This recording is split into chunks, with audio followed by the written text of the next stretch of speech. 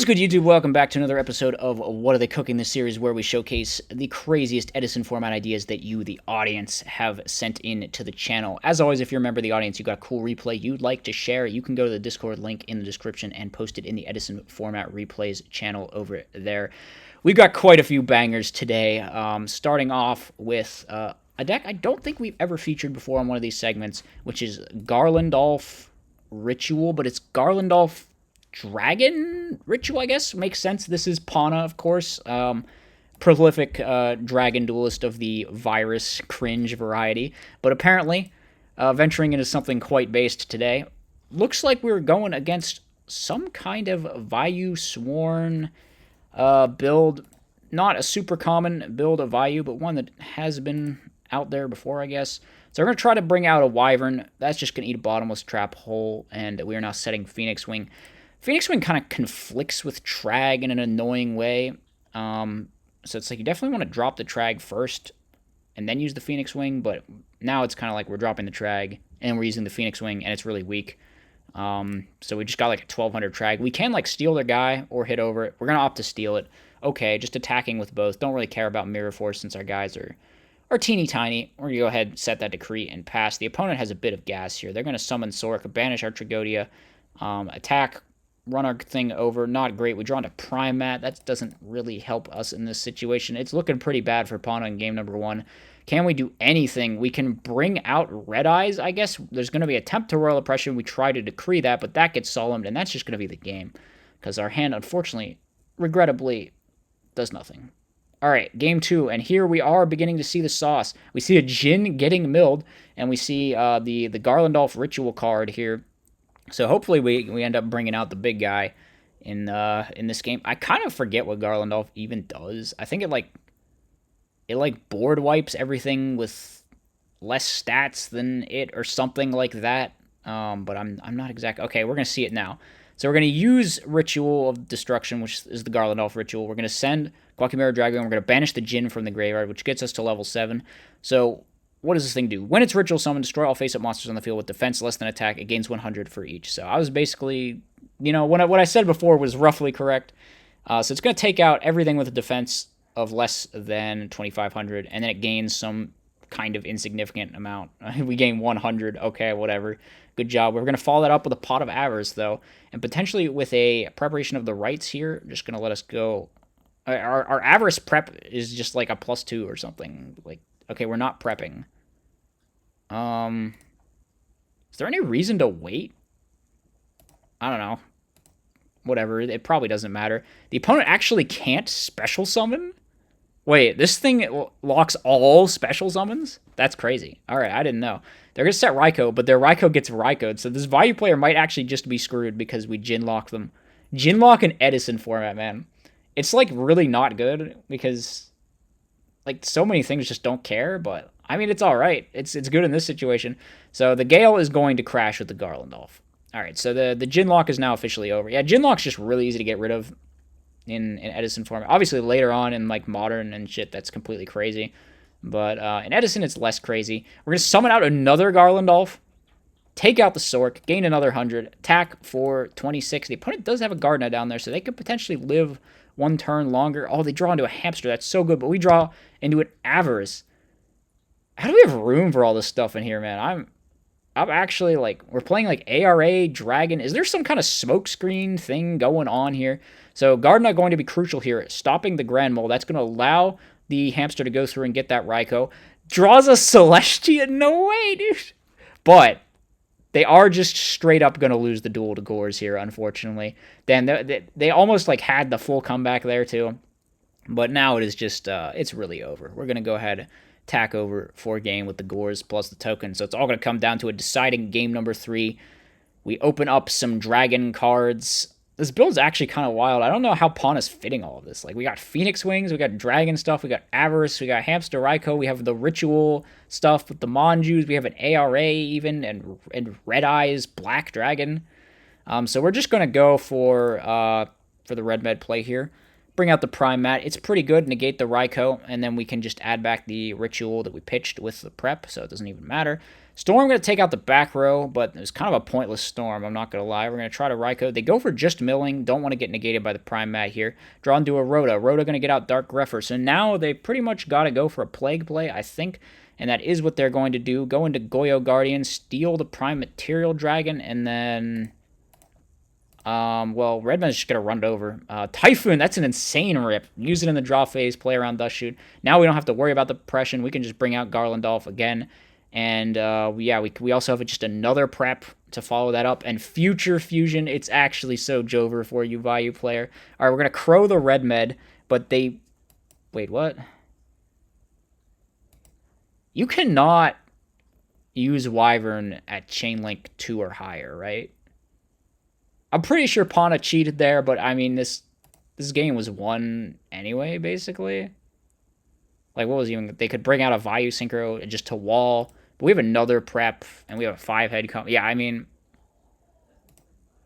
We had actually... Oh, whoa. I totally misunderstood what was happening there. They tried to Crow the Wyvern preemptively or something, and then we just used the other Wyvern. So Pana didn't cheat. No, it's all good. It's all good. Yeah, actually, why would I think that Pana thought you could... Pana's, like, way too smart to try and do something like that. Yeah, this is... My bad. I totally didn't realize there were just like multiple red eyes down there. So they were definitely trying to Crow a Wyvern, and we just used another Wyvern. So it was completely pointless. Opponent had no chance. Opponent was obliterated by Garlandolf, which we summoned at least like 3 or 4 times. I mean, the effect's decent, you know. This guy is like not even, what is he, like the 3rd best ritual you can summon? He's cool though, I guess. You know, he is cool. It was cool. Good job, Pana. Okay, I had to watch this one twice to figure out what was going on, because I don't understand how the Arcana Force TURNSKIP combo works. But now I've got it. So we've got a best of 1 here, because this guy allegedly claims that no one wants to rematch him on this deck, which I can't imagine why, just looking at it. I mean, just seeing. But yeah, another first time on the channel, we're going to see... I don't think we've seen this before. We're going to see Arcana Force of the World TURNSKIP. So, yeah, this is... a weird, super toxic combo that exists. That's, you know, it's not good or anything, but it's out there. So we're going to see what we're doing here. We're playing Terraforming with Gear Towns and Level Eaters to just fill up our field with fodder so we can bring out Arcana Force of the World. Now, the World has an effect where if it lands on heads, because all the Arcana Force have this stupid coin flip thing, if it lands on heads, you can send 2 monsters you control to the graveyard to skip your opponent's turn, which... I think this might be the only way in Yu-Gi-Oh! To skip your opponent's turn that I know of. Certainly in Edison Format, I'm pretty sure it is. Now, Light Barrier makes it so when you summon an Arcana Force monster, it's always heads.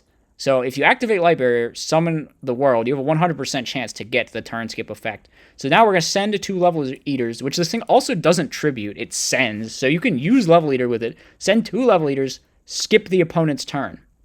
So... we are going to go ahead and we're going to do that, not wanting to risk the World here in the battle. Although, couldn't we have just gone battle hit with Gadgetron? There's like no risk involved with that. But yeah, we're going to skip the opponent's turn. So we get another turn here. All right. And then we are flipping this coin for Light Barrier, which no longer matters because we already got the heads.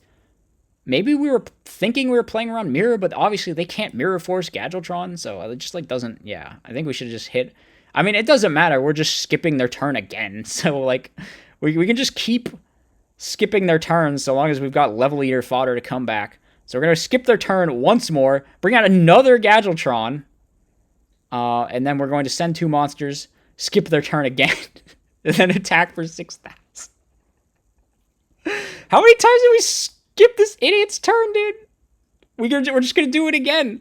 We bring back 2 more levels, skip their turn. Oh man, you poor opponent. How many? You're just not even playing. It's just your turn has been skipped so many times. They skipped his turn like 5 times, dude. They skipped it like 5 times. They just keep bringing it back. Look how many times we summoned Level Eater. We summoned Level Eater friggin' 10 times and skipped their turn over and over. This poor opponent just leaving the duel.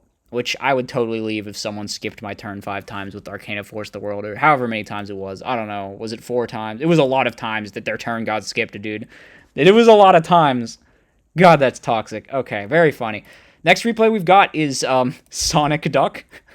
You know, this is like this is considered a jank deck in like Goat format, or so, I'm pretty sure, with like Emissary of the Afterlife and Sonic Duck. Let's see what we're doing here.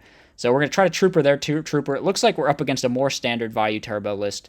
They're gonna bring out a value synchro, summon the Reaper, try to poke, but we have a Battle Fader, so not gonna be losing any cards here. Gonna Brain Control, take out the Spirit Reaper, summon Emissary of the Afterlife, go after that card Trooper and get rid of it. Not going to set the Solemn Judgment because we do want the Gores to remain live. The Emissary of the Afterlife, we're not going to get to resolve its effect, adding Sonic Duck, which is still, I think, the biggest normal monster you could add off of this thing.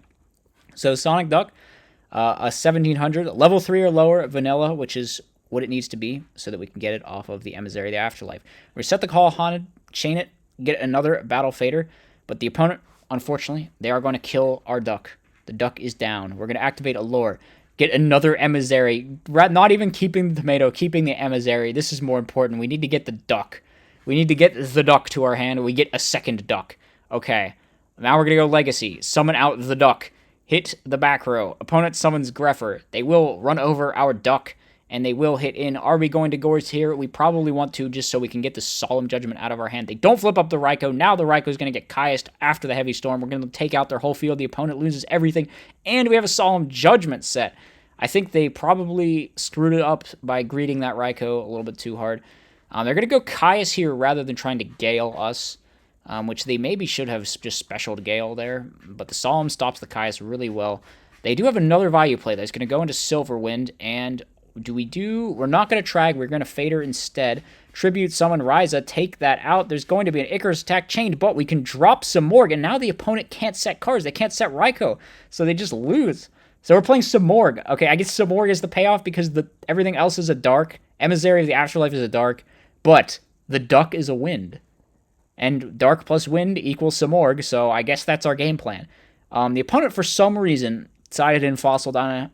I don't know, there's like people out there that side in Dyna no matter what the matchup is. I don't understand them exactly. If that's your Dyna philosophy, why aren't you just maining the Dyna? It's like, alright, whatever. Didn't you see, like, Tomato and Emissary and Duck? All of these things just run over your Dyna. I don't know what you're thinking here. They just saw Battle Fader and they're like, I must put the Dyna in so that when I'm already winning, I can win even more or something. I don't know. We're going to summon Tomato, hit over. We draw into a Samorg. Is this Samorg live yet? Maybe we're just... Yeah, it is live. We're just like playing around Torrential, respecting the punish, which is a good thing to do. Opponent's going to bring out a Value Synchro, try to start training down our Tomatoes, but we're actually going to Phoenix Wing, pitch the Tragodia, and take out the Value Synchro, which means that the second Value is going to be dead. We ram, get a Sangan, nice +1 there. Charge the Light Brigade, going to go for the Lila. Do they try to run over our Sangan? They do. What's our face down card? It is a Call to Haunted, so it's just going to get chained and give us a +1, whether they run over the Sangan or not, because the Emissary is already down there. We're going to go ahead and get a Battle Fader. Opponent going to mill 3. We draw a second Fader. Now we go mill 3 with the Trooper. Summon out Simorg. That eats the Torrential Tribute, but it's fine. We draw another card. We draw the third Fader. Why are we playing so many Faders, actually? I guess we're playing Ryza because we need more Simorg targets. Return from the Different Dimension. Going to go pretty hard, but we have Battle Fader, which we're just going to use to dodge all the damage. Royal Oppression, however, going to be used, but now the Gores comes down on the first attack, and the opponent just gives up. So that was Sonic Duck Simorg stuff. Pretty cool. It's neat to see a deck using Emissary of the Afterlife in this format. I feel like I've messed around with some cool stuff, but I never really got anything. I was trying to make a deck with, like, the... what's the card called? Common Charity. It wasn't just like the Trihorn thing, but I never really got it to a place that I liked. But neat to see this Sonic Duck Simorg thing. Which, is Sonic Duck a winged beast? You could honestly play like Icarus attack, you know? You're on Gales and Simorgs. Maybe you could somehow make that work. That would be funny. But yeah, that's Sonic Duck. Final replay we've got. Master of Riz playing his Fortune Lady hero, draw a bunch of cards, Dark Simorg something deck. I don't know. It's pretty cool. Let's watch him draw some cards. We're going to go stack the 1-for-1? What? Just so we can Fortune's Future. And that... Was that right? Shouldn't we have just, like, Mally... Did we banish our other Mally? Oh, my God. That's so bad. We banished the other Mally. All right, I understand. We're going to go 1 for 1 for Cyber Valley. This one's pretty interesting, too, because the opponent's playing what appears to be... what was this? Some, like, crazy X-Saber, like, magical merchant mill pile? But anyway, we're going to summon out the Necroface that we sarked for, which is actually pretty neat, because it's going to let us get that Mali back to our deck. So the Mali is no longer dead, and the Necroface is going to gain some substantial stats. Unfortunately, the Full Helm Knight is just going to negate the attack. But if the Necroface dies, we will have 3 Darks, so there's that. The opponent, though, going for some Fall Troll combo here. Going to equip and run over. They could have gone Herbellum there and, like, hand-ripped us, which might have been better. But they opt to go for damage, and Dark Arm Dragon's going to come down and do some serious work here. We're going to banish the Mali, bring out the other Mali, Cyber Valley, draw some cards. Now we're going to banish the Necroface. Necroface is going to banish 5 more cards from each of our decks. We're going to swing it with the Dark Arm Dragon. And the Dark Arm Dragon is pretty strong, I'm not going to lie. The opponent can't really do much. We search out a Diamond Dude. That's pretty neat. If you hit Fortune's Future, I guess it's a Pot of Greed there. Well, even better than Pot of Greed. So we're going to take out their set monster and just swing in. The opponent is, unfortunately, their hand is just kind of dead. They draw into a Fader, so that's going to let them stay alive at least one more turn.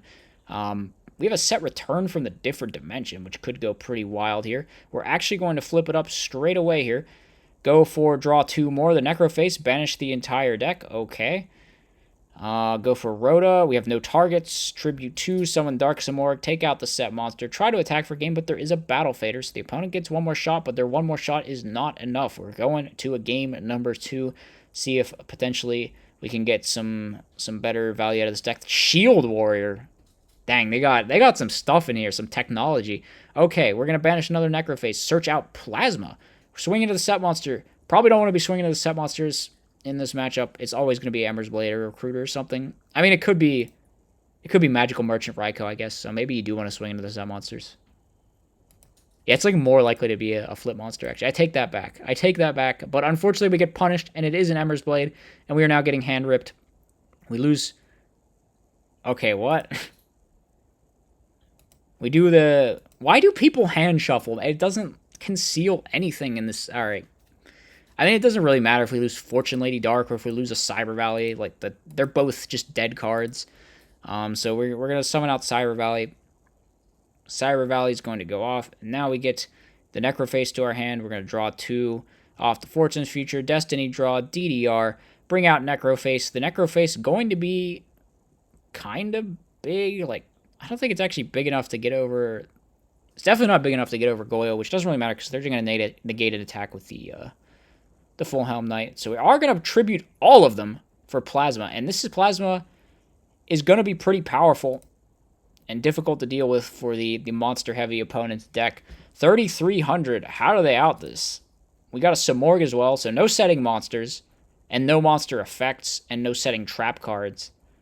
Plasma Samorg is actually pretty rough, I'm not going to lie. What can they even... We'd shoot them too?